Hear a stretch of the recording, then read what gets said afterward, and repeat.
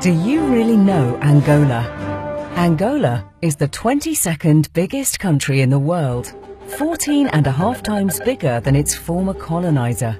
The Europeans say they discovered Angola in the 15th century, but since mankind started in Africa, it's safe to say that Angolans discovered their own country, and that afterwards, in the time of slavery, they helped to build countries like Brazil and the United States.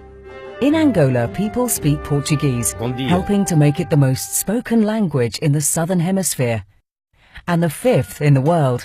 Some of the top Portuguese language writers are Angolan. The first black man to perform in the Eurovision Song Contest was Angolan. The top scorer in Portugal's major football league history is an Angolan. The 2 times Benfica won the Champions League, their captain was an Angolan. The strange thing is, football's not even Angola's favourite sport. That would be basketball. In the last 13 editions of the African Championship, Angola won 11 times. Angola is the 4th biggest economy in Africa and the 2nd biggest oil producer. But according to experts, by 2018, it will be the biggest. The country has other treasures like diamonds, gold, iron, copper, lead, marble, wood, coffee, corn, sisal, tobacco, and fabulous musicians Elias Diekimwezu, Paula Flores, Yola Semedo, Anselmo Ralph, and the brothers Rue and Andre Mingus, just to mention a few.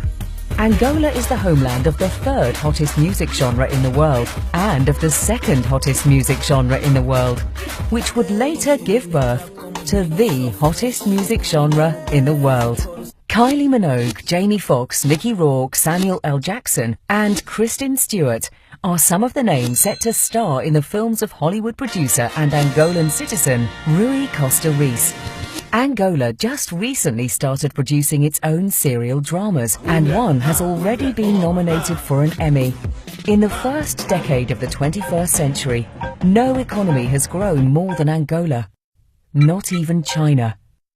Luanda, the capital city of Angola, is said to be the most expensive city on the planet, but it's also one of the most vibrant, with some of the finest restaurants, hotels, shops, nightclubs and views in Africa. Beyond Luanda, there is countryside with breathtaking landscapes that tourists from all over the world are now just starting to discover.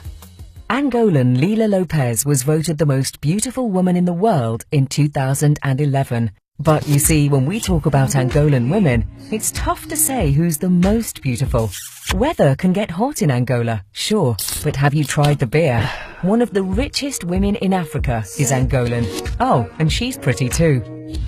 36.8% of Angola's national parliament is composed of female MPs, one of the highest rates in the world. Brazil elected their first female president in 2010. The US might have theirs in the next few years. Angola had a queen by the 17th century. For over 20 years, The Simpsons have always been yellow. Except for one day, the day they announced they were going to be televised in Angola. A few years ago, Europe didn't want Angola's airline company in its skies. Now, the biggest airline companies in the world fly in Angola's skies. Angola hosted the 2010 Africa Cup of Nations, the 2013 Roller Hockey World Cup, 3 editions of Afrobasket, the Angola Fashion Week, Filda, the International Fair of Luanda, and it's ready to host a whole lot more of world-class events like the PGA Open Golf 2016. 14 years of war of liberation plus 27 years of civil war delayed Angola's development, of course, but Angolans have jumped stages. Today, 1 in every 2 inhabitants has a cell phone. 1 in every 3 houses has paid TV. In the next few years, the South Atlantic cable system will be ready, connecting Angola and Brazil by optical fibre. The stock exchange of Luanda will be launched, and the new airport will be unveiled, one of the biggest in Africa, a hub to the whole continent.